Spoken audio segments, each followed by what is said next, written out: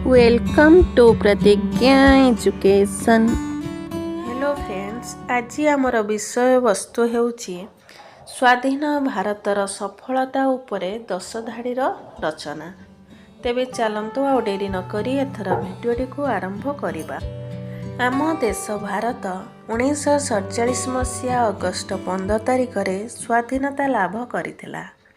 स्वाधीनता परे भारत एक गणतंत्र देश रे परिणत होइथिला। भारत आज विश्वर सबठु बड़ गणतांत्रिक देश अटे। भारत एक विकासशील देश जहाँ आज द्रुत गति रे प्रगति करुछि।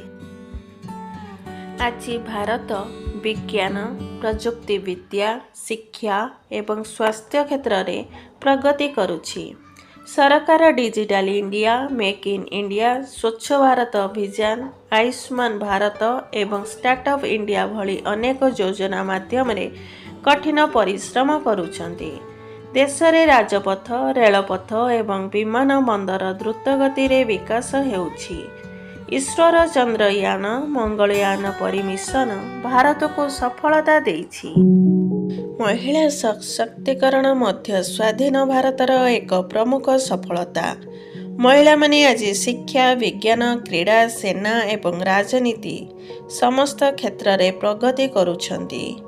तथापि भारत को आउरी विकसित करने को हेले आमे समस्ते एकाठी काम करिबा उचित। प्रत्येक नागरिक दायित्ववान हेबा उचित। Thanks for watching.